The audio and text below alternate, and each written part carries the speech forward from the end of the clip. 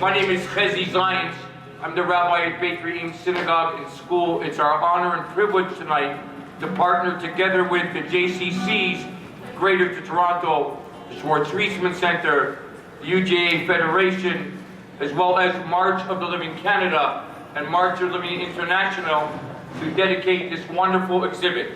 The exhibit that you see around the walls of the building, and I hope you'll take the time afterwards to explore and examine the different pictures on the wall. These pictures were originally designed for an exhibition that was held at the United Nations headquarters in New York City.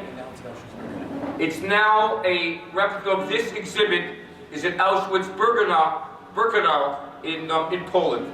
And it's our privilege and honor to have this adorning the walls of the Schwartz Reisman Center just outside of our sanctuary as our people come out on Shabbat, able to see the exhibit and able to connect with March of the Living. March of the Living is a 2-week trip to Poland and Israel that brings together thousands of young people from all over the world. I first went on the march over 20 years ago, leading a group from Toronto. I recently went to the march as rabbi of the Toronto contingent 3 years ago. And I'll tell you, on that first trip to Israel, I learned something very important. Not only are we creating a new generation of ambassadors and witnesses to the worst tragedy ever to befall humanity, but we're also taking these precious souls of these young people and making them into better human beings. Let me give you 2 short examples. One, when I was on the march for the first time, remember we literally went to Poland, went to death camp after death camp, site after site of atrocity, and literally ran our hands through the ashes of European Jewry. And I remember finding myself in the temple in Krakow, in the large Reform synagogue that was now a museum. We're in Krakow, Poland. It was Mincha time. We're about to pray the afternoon service. Different parts of our groups were arguing, well, we're going to be Orthodox, we're going to be conservative, Reform, like they differentiated at the camps in Poland. So while we argued amongst ourselves, and while some Orthodox did not want to pray in Armenian, the chief rabbi of Israel at the time, Rabbi Lau, walked into the same place, the Reform temple, with his entourage, began Ashrei Yoshvei Beitecha, began to daven Mincha. We saw how ludicrous our rules were. We also witnessed up above people watching us. It was a group of tourists from Hungary. There was amongst them was a group of 2 Jewish people. They came down and made contact with us, in other words, and told us that indeed we were like the artifacts that were on display. Praying Mincha, for this family had never witnessed other Jews praying together. And through a translator, the family explained to us how they had hid their Judaism in modern-day Hungary, hadn't come out and told people they were Jewish, their children weren't circumcised, didn't have babies' names. So we gathered a circle, and there in Krakow, there where we came to witness the destruction of European Jewry, I saw with my own eyes, and the young people saw as well, Tchiyat HaMetim, resurrection of the dead, as we gave these young people names, Jewish names of their grandparents who had perished in the Holocaust. They had beaming smiles, wide eyes. Their parents had tears flowing down their faces, and indeed Jewish people were resurrected on that site. In addition, one of the great outcomes of March of the Living is that we try and create better human beings, not elitist human beings, not fancy schmancy Jews, but better human beings. Human beings that are worried about humanity, worried about their fellows, worried about their neighbors. And that's the real message of the March of the Living, to create witnesses for a new generation and create better human beings from our young people. Together we ensure that the world will be a safer place. Friends, it's my privilege and honor at this time to introduce, welcome from Rick Nelson, the Executive Director of the JCCs.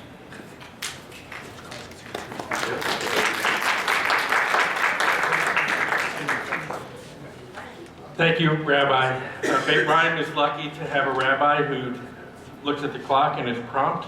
Very special. It's an advantage to all of you. Elie Wiesel, in his speech accepting the Nobel Peace Prize, talked talked about the importance of telling the story of the Holocaust, that the people who were in the camps, the people who were in the ghetto, that their story doesn't end there, that it continues. And for us to be able to host and present the pictures that you're going to see is a continuing legacy that is really the real story. It continues. When you look around, there's 4 generations in this room. And when the founders of this JCC, 15 years ago, 20 years ago, thought about why have a JCC, it's to be able to present something like this. So on behalf of the JCCs of Greater Toronto, the Schwartz Reisman Center, UJA Federation, I personally would like to welcome you to this very, very special evening. It truly shows the importance of what we can do as a community, so welcome. Thank you very much, Rick. We're honored to have present this evening the Polish Consul General of Toronto. I'd like to call upon Gregory Grzegorz Morowitz to say a few words.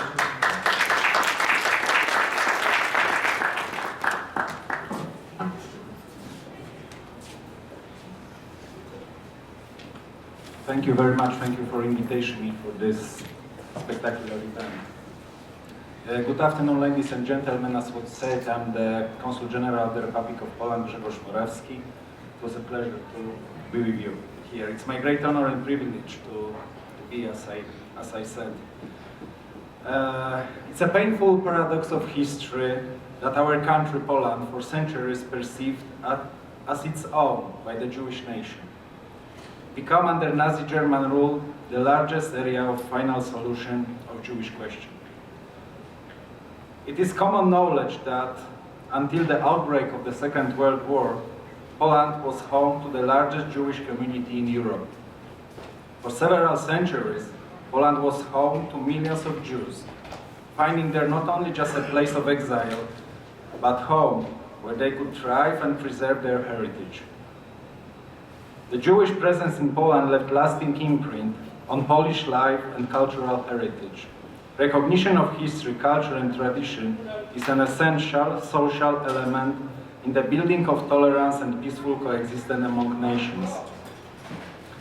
Ladies and gentlemen, I avail myself of this opportunity to express my sincere appreciation for kind and valuable cooperation which the Consulate of Poland and me myself is receiving from Eli Rubinstein, National Director of the March of the Living.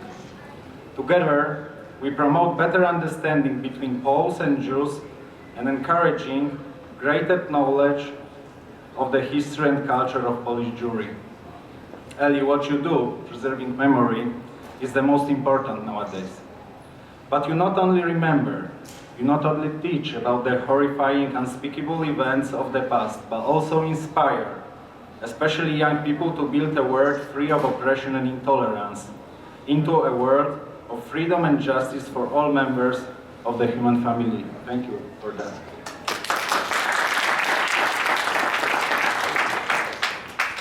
And it is very important not to forget, to preserve memory. So I would like to invite you to the lecture of Dr. Piotr Cybiński, director of Auschwitz-Birkenau Museum, who will be in Canada next week, the following week. The lecture about the importance of the evidence of Nazi war crimes for the historical education in the area in which witness to the history won't be around will be on the February 22nd at 7:30 at Beth Shalom Synagogue. So I invite you, if you have a time, to be there. It is very important nowadays. So a couple of days ago, it was the book published, and there was the quote. We are used to quote that there's the Polish concentration camps. We fight for years with that. There's no Polish concentration camp. It was the German concentration camps in occupied Poland. But in this book, it was the term that it was the Polish SS. As I said, we have to fight for the remembrance and pass the light of knowledge to the future generation. So thank you very much, and once again, thank you for inviting me for that event.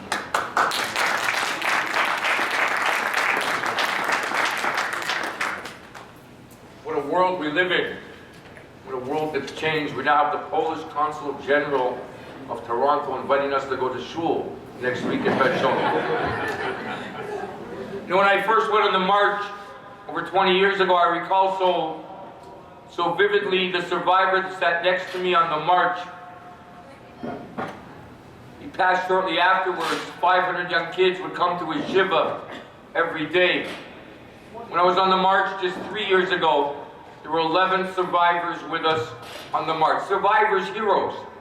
People to actually point and say we were here, to tell us what happened, to provide us with the insight, to look into our eyes and our hearts, and to transform that message we would deliver to future generations.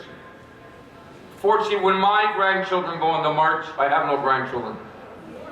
When my grandchildren go on the march, there won't be survivors. It's my honor and privilege to introduce my dear friend. I appreciated his daughter's wedding 20-something years ago. Introduce my dear friend Bill Glee, a survivor extraordinaire who travels to Poland often. He'll help us impart knowledge, takes of his own time, effort, and resources to help us continue the message. Bill.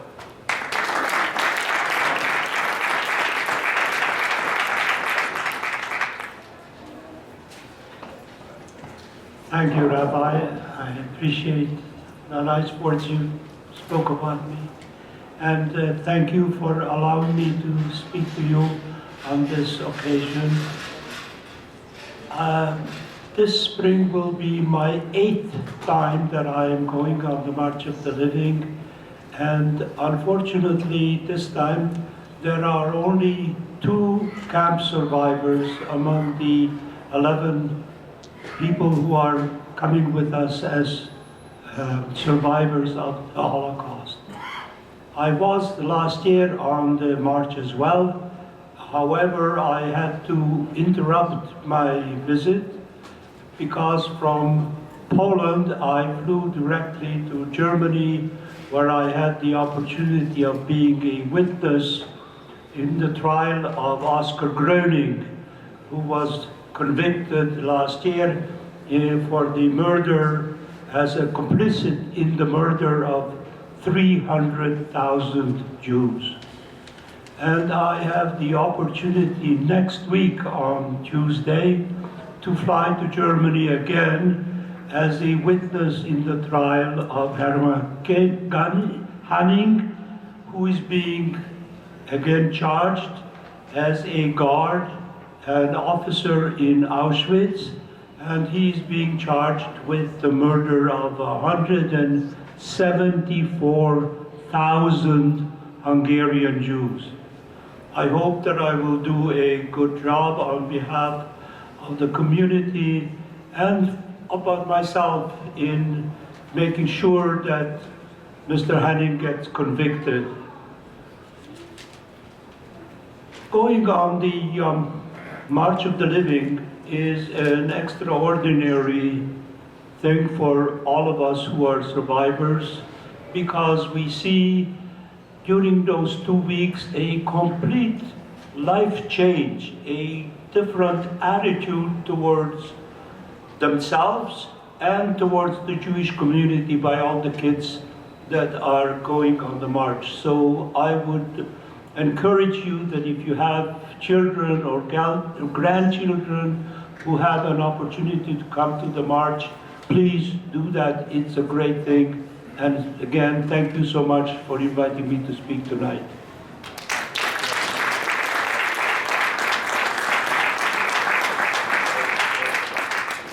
Thank you very much, Bill. Friends, the March of Living in Canada is perhaps the most successful contingent of marchers that attend every year.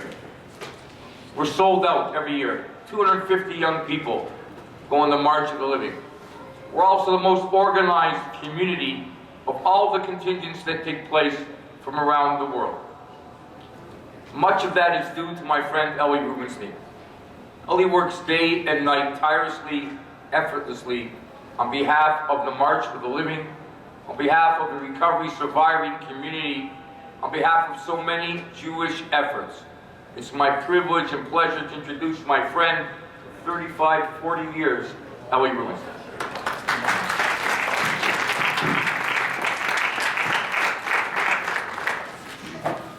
Thank you, Rabbi Zines, Honored Consul General, Bill Gleed, and all the rest of the distinguished guests here, and of course, especially the rest of the survivors. Let's give a big hand to all the survivors who come out here this evening.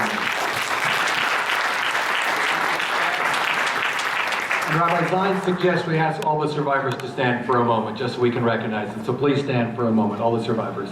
Another big round of applause. Thank you.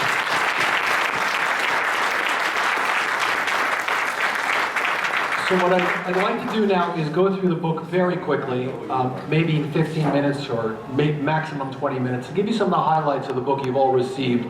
And the book, Witness, Passing the Torch of Holocaust Memory to New Generations, is very similar to the exhibit you see around. So almost everything I'm referring to in the book will be on the exhibit walls as well. So if you open the books, you turn to the page Table of Contents, you will see in the right-hand corner it says Interactive Book. And this means for the first time ever in Canada, we published a book where if you download this app called Digimark, you can actually put your smartphone over the page which has a picture of the survivor, a picture of the righteous among the nations, or a picture of the liberator, and will take you to their testimony on the Spielberg website or on the March of the Living website.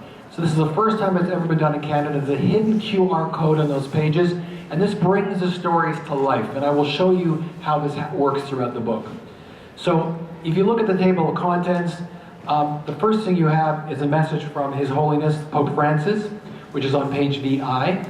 The Pope and I are good friends. We golf every week together. Just kidding. We're actually tennis partners. No, just kidding. There was somebody who knew the Pope. And just so you know, it's not just this Pope. If you look at the exhibit, we have a story from Pope John Paul II, who of course came from Wadowice, Poland. And during the March of the Living in 1990, I was on the march, and so was Jennifer Schneer. Jennifer Schneer's father and mother, Harold and Helen Schneer, were in Rome in 1990 on Holocaust Remembrance Day, meeting with many other people, meeting the Pope. This Pope was an incredible Pope, incredible friend of Israel and the Jewish people. And when he was standing in front of the Pope, he said to Pope John Paul II, "You know where my daughter is? She's marching from Auschwitz to Birkenau on the March of the Living." And the Pope responded, "I know all about the March of the Living. God bless your daughter, and God bless the March of the Living." And that's one of the stories in this exhibit. So we have support from two popes, which is pretty nice. So if we go through the book, there's a number of chapters in the book that refer to the general history of the Holocaust, because you know that many people reading this book for the first time, which by the way is now going to be translated into many languages, French and Spanish and Hebrew, and Dutch, so we've got a lot of interest in the book around the world. There's just a general overview of the Holocaust for those children who are not familiar with the history. But let me give you an example of some of the interesting things in the book.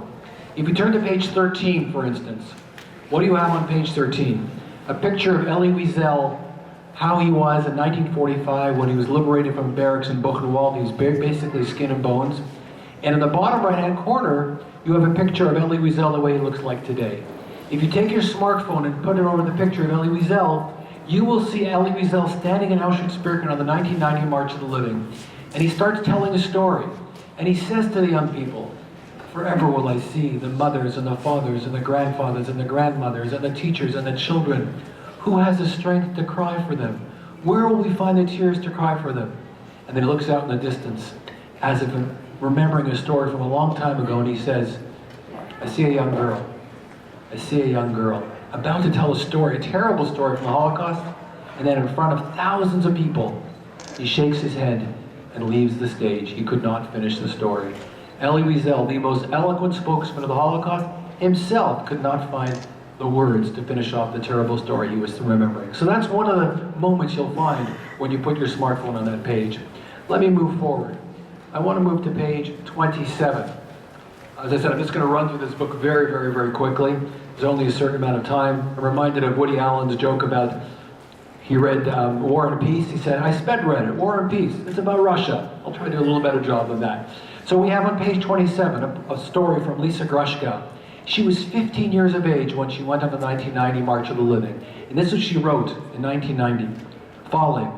It is so hard to be coherent about Majdanek. It is still too raw for me to worry about punctuation and sense.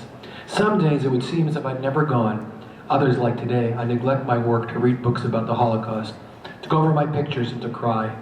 It seems that if Majdanek was real, school and society as a whole should not be. What happened during the show wasn't okay, and there's so few words that we can use to comfort each other. Our language rings hollow. When we try to form sentences, we detract from the feeling of the shoes that we caress through the grates and the courses of the soil in Treblinka as it ran through our fingers. I have given up any hope, any pretense of understanding. All I know is this: at Majdanek, I was terrified of falling into the ashes. That's Lisa Grushko, age 15. If you read the Canadian Jewish News, you will see in the first page of the Canadian Jewish News, often Rabbi Lisa Grushko is discussing important issues with Rabbi Daniel Korobkin. She's a Reconstructionist rabbi in Montreal now. She's doing incredibly well, and that brilliance that you see in the page of the Canadian Jewish News was I first saw it when she was 15 years of age when she went on the March of the Living. We're now on page 40 and 41. This is called Resistance Through Writing, and we choose 3 heroines of the Holocaust. All 3 who were martyred. Of course, Anne Frank, her most famous quote is, "Despite everything, I believe that people are good at heart." And we have Kristina Watuska.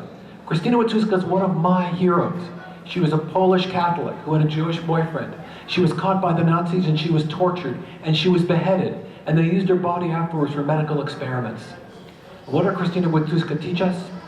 In her imprisonment in the prison in Germany, she began a pen pal relationship with her German prison guard's daughter.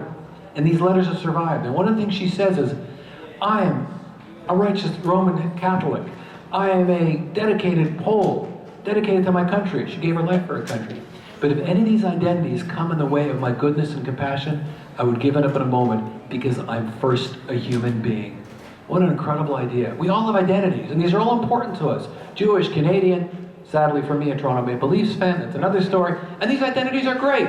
But first, our common humanity is what takes precedent. What's a profound lesson this martyr of the Holocaust teaches us? And by the way, just a few years ago, a monument to her honor was opened up in Halle, Germany. And the woman who dedicated the monument was the daughter of the same German person who put her to death. Look how history comes around. And our last little story is about Chana Senesh. Chana Senesh, an incredible hero of the Holocaust, was born in Hungary. Bill knows the story very well because his roots are Hungarian as well. She moved to Palestine to help build the Jewish state, but came back to Hungary to fight against the Nazis. She was caught, she was executed November 7, 1944, but left behind a remarkable legacy of poetry. Her song, Eli Eli, is one of the most beautiful songs, and I'm going to ask Kim to run one of our first March of the Living people who started the musical program there to lead us in this beautiful song, Eli Eli, on page 41.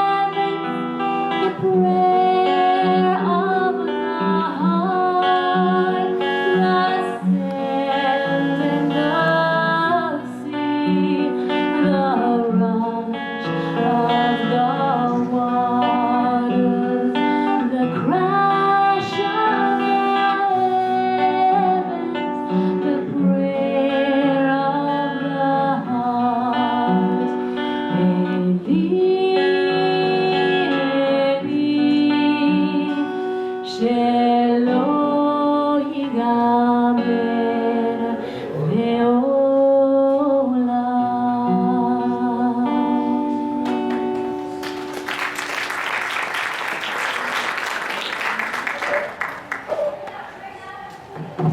That was really beautiful, and I should say that Kim first came to March Living in 1996, am I correct? And Kim started this program of music that was taken over by people like Mike Posner and Mark Feldman and Aviva Reisky, and Canada has become the most impressive nation on the March Living when it comes to music, all because of Kim's incredible musical ability. So a big hand to Kim Durham for all the dedication to March of the Living. So we're going to move through the rest of the book very quickly. I'm just going to choose a few highlights.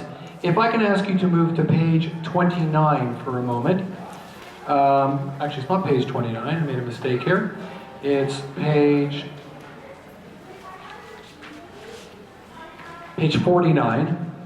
This incredible picture of Sidney Zoltak and his righteous among the nations, the person who hid him in his barn for 14 months, Sigmund Krinsky. And Sigmund Krinsky is so fond of Sidney, as you can see in that picture when they're about to embrace each other. If you put your phone on the picture of Sidney Zoltak, you will come to a story he's telling to the children in Treblinka. Treblinka is a death camp with 17,000 stones. He looks at the students and says, the worst part of the Holocaust was when I came back to my village of Shemetich after the war, and not a single one of my friends was alive. Every single one had been murdered. You young people, you students want to have a class reunion? The only place I can have a class reunion is here, amidst the stones of Treblinka. What a powerful moment. And as I said, if you put your phone on the picture, you'll be taken to telling the story to the students in Treblinka. Let's move to page 52. Here you have an amazing picture of Joe Mandel and an American liberator. Joe Mandel, Holocaust survivor from Toronto, his entire life he felt regret because he hadn't thanked the person who liberated him. He comes on the march in 2012, and by sheer coincidence, a group of American liberators come, they bump into each other, they embrace each other, and Joe finally got to thank his liberator. And his words were, now I feel I can live forever. And I often say this, the March of Living is not just about studying history, it's about creating history. And we have the good fortune to see these incredible moments always throughout the trip where moments happen that we're not just studying the past, we're creating a new reality. Let's move to page 58.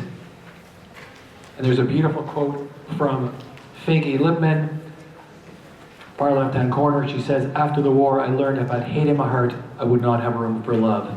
I'd hate in my heart, there would no more room for love, which is a beautiful sentiment.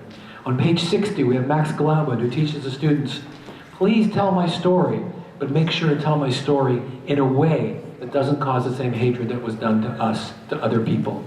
On page 63, we have Pinchas Gutter, a well-known Toronto Holocaust survivor, who was actually quoted by Barack Obama in his speech a few years ago. That's how powerful his words are. Moving right along as quickly as we can. We have on page 70, Helena Birnbaum, A True Love's Kiss. She was pushed into the gas chambers. She thought she was going to die, but she was luckily saved because the gas chambers weren't working that day. But her last thought was, I'm going to go to my death, never having experienced a true love's kiss. Powerful, powerful emotions, and these really connect to young people. On the right, we have Nate Leipziger. One of the quotes on the march he says is, I don't hate, because hate poisons the one who does the hating. On the right, we have David Shentow, who comes on the March of the Living. He's standing underneath the gates of Auschwitz-Birkenau, and he's so overwhelmed by what he's experiencing, he can't move. And he was afraid to go in. And two students took him by the arm and said, David, you'll walk in together with us, and you'll walk out together with us.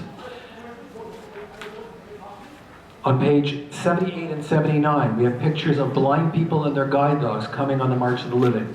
You, of course, understand the symbolism. The Nazis didn't just murder Jews, they murdered people with disabilities, and they often used dogs viciously trained in the process. We came back with the exact opposite message. The message that we're here to accept all people, and we don't train dogs to kill, we train dogs to help. On page 85, we have a survivor. Anybody recognize a survivor? I'll give you a hint, he's just sitting in this room. It's Bill Gleed. And there's a beautiful story by Bill Gleed coming to Auschwitz-Birkenau, standing in front of the 10,000 students saying, you know, there's a tradition of Kever Avos. What is Kever Avos? We go to a grave of our ancestors. We put a stone on the grave and we say, we're here. we love you, or remember you. That's what the stone means. And Bill looks out on the 10,000 young people and says, I'm here in Auschwitz-Birkenau. There are no stones, there are no memorials, there are no matzebas. How do I remember my people? How do I remember my family? All of them were murdered here in Auschwitz-Birkenau. And then he says to the young people, you are my stones of memory. You are here to say, we love you, we'll remember you, we'll never forget you. What a beautiful moment from the March of the Living. If we move along, we have on page 92 where Rabbi Lau, Chief Rabbi of Israel, reunites with Robbie Wasteman from Vancouver. They hadn't seen each other since the war. Incredible moment on the March of the Living. And on page, it's on a page number here, but I think it's page number 95, we have Anita Eckstein, who one of the most moving stories from her was on the March of the Living with her daughter Ruth. She looks back and sees 10,000 blue jackets and looks at her daughter and says, you see, Hitler did not win. And her daughter and granddaughter are here today. So a big hand for Ruth's children and Anita's grandchild as well. And of course Anita would be here, but she's in Florida. She did come back for the March of the Living Shabbaton, which is incredibly impressive. We have just a couple more stories before we conclude. On page 97, here's an example of the power of the march. We have Eva Geldman, who remembers when she was in Auschwitz-Birkenau, her mother was being beaten by the Nazis who were not letting go of her. Her mother said, but I can't let you go. She says, go, go. I'll see you later, Eva says to her mother. Mother says, what about my glasses? I'll give you your glasses later when I see you later. Of course, she never sees her mother later. Her mother ends up in the gas chambers. When Eva comes on the March of the Living and she sees this whole display case of glasses, hundreds, thousands of glasses, she says, my mother's glasses, they must be in there. On page 102, we have a picture of a young Polish student coming on the March of the Living with a Polish flag. The largest delegation of people on the March of the Living are actually Polish Christian students. Tremendous affection and solidarity we find from the Polish people on the march. And on the right side, we have a young person saying, I'm marching for everyone. So I want to come to the close of the book and explain to you the last poem I chose for the book. I chose it for a reason. And I often say this. You can spend the rest of your life trying to understand the Holocaust, and you never will. Why it happened, how it happened, it's such an incredibly difficult subject to understand.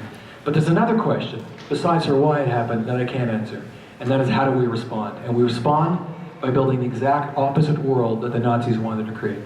They wanted to create a world of endless hatred, endless friction, endless war, endless animosity. We'll do the exact opposite, create a world of endless love and kindness and compassion. And I believe those lessons are transmitted to the young people on the march. And that's why this is the last poem in the book. This is on page 128. And still I cannot hate. I see bones and hair, shoes and glasses, while in Nazi hell ruled by the devil's brother, but still I cannot hate. I see women's brushes, men's talacum, and babies' tattered clothing, but still I cannot hate. I see splintered boards where people laid their weary bodies to rest. I see where people slaved and tried to exist, and still I cannot hate. I see the death and destruction, but still I cannot hate. I won't continue this tragedy. I won't spread the disease. I won't fan the flames that hate like this inspires. Isn't that amazing? A 17-year-old girl on the March of the Living is teaching us that no matter what she sees, all the horrific scenes, she will still not hate, because we're here to build a much better world than existed many years ago. So thank you for listening to this presentation and for going through the book with me page by page. There's so much other richness and incredible stories here. Take the time to read it. And I'd like to now invite Kim to sing a very special song for us. And I think we'll do Legacy. This is one of the big songs in the March of the Living, one of the favorite songs from the kids. Legacy from the March of the Living.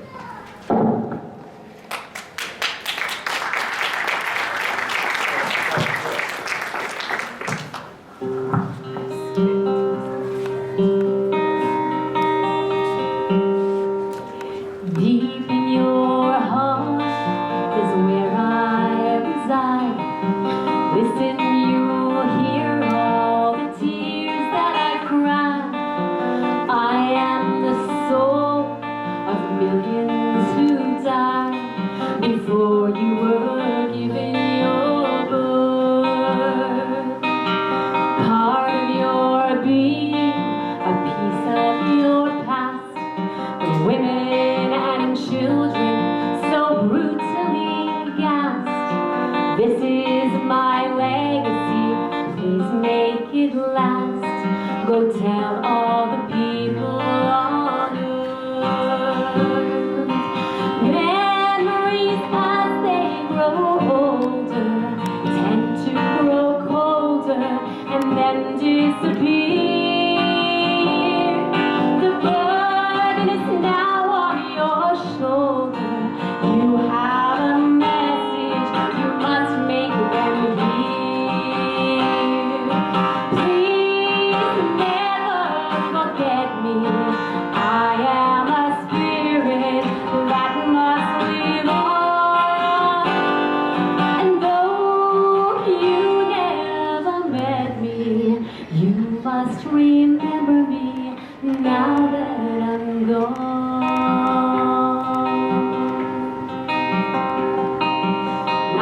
nothing has changed. I can still feel the hate. Suffering in silence, you're tempting your fate. You must speak out now before it's too late. You can't close your eyes and pretend. Think of the grandfather you never kissed. All of the relatives that you have missed. Raise up your voice and then raise your fist and tell the world never again.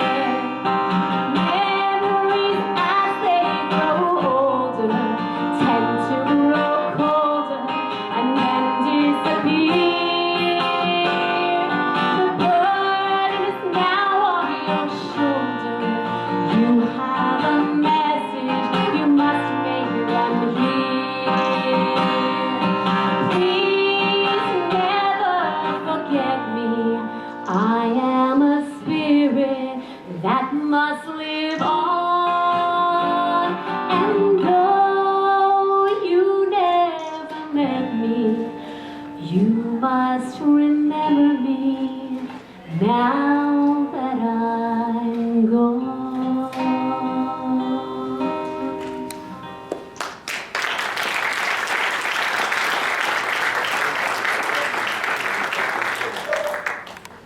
Thank you, Kim. You know, I always get shivers when you sing the March of the Living songs. You sing them so beautifully. And Kim, you know, we just called her today, asked her to come, and she does anything for the march. So just a big another round of applause for us. Friends, we're about to conclude, and I just want to deliver a short message. What's the message from today? That we should hate? No. That we should become survivors? We can't. I try and think of the message, and I go back to the times of our sages, to the Mishnah, where the Mishnah teaches us, how you know, we talked about this today at the end of Sota. The Mishnah teaches us of a world that's crumbling around us, and the words of a Kohen, of a specific high priest, who's viewing Jerusalem being burnt. The Romans have set the Beit HaMikdash on fire. A priest is training his whole life to reach the age of 30, when he'll ascend the steps to the Beit HaMikdash to perform the rites in the holy temple.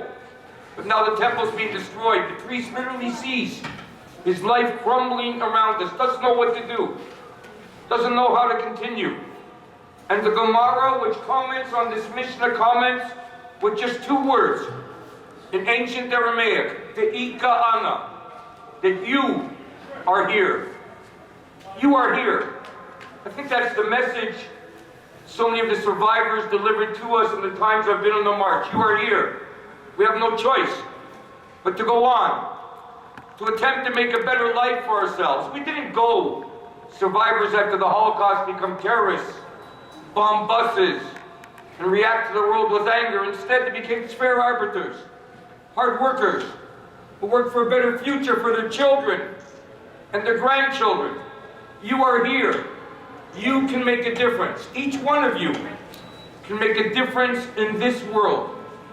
That's one of the messages, one of the focal points of the March of the Living. One of the focal points of being surrounded by so many holy and precious souls, like my friend Bill Gleed and other survivors that are present this evening. We'll conclude with offering the final memorial prayer, followed by Hatikva, the song of hope, the song of the Jewish people. Please rise.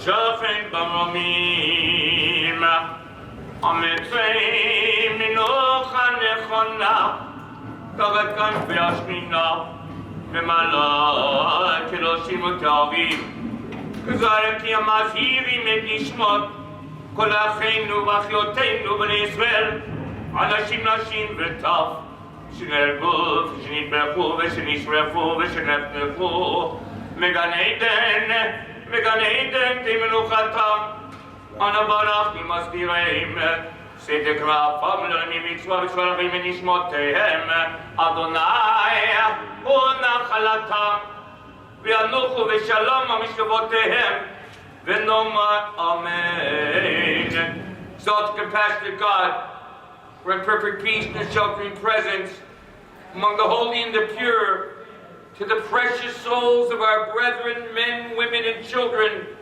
the house of Israel, who were slaughtered and burned.